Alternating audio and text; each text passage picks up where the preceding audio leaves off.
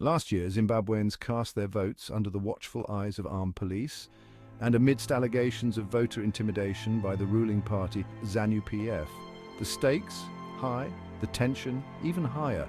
Despite claims from both major parties of an impending victory, the real winner seemed to be uncertainty itself. Here's where it gets even more tangled.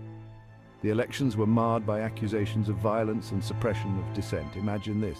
Armed police, water cannons and barricades at the National Results Centre, a site still haunted by the memory of deadly protests from 5 years prior. The air was thick, not just with anticipation, but fear. Observers, both local and international, cried foul over the proceedings. Allegations flew of a rigged election, with the government using every tool at its disposal to cling to power. Even Human Rights Watch chimed in, spotlighting Zimbabwe's growing reputation for repressive laws and human rights abuses. But let's focus on the people for a moment. Amidst this political storm, everyday Zimbabweans face soaring food prices, a crumbling public health system, and a currency crisis. Jobs were scarce, desperation was rampant, and the future looked bleak.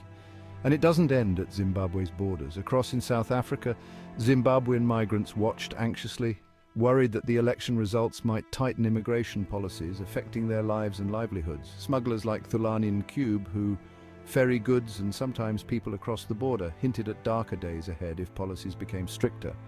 So, what's next for Zimbabwe?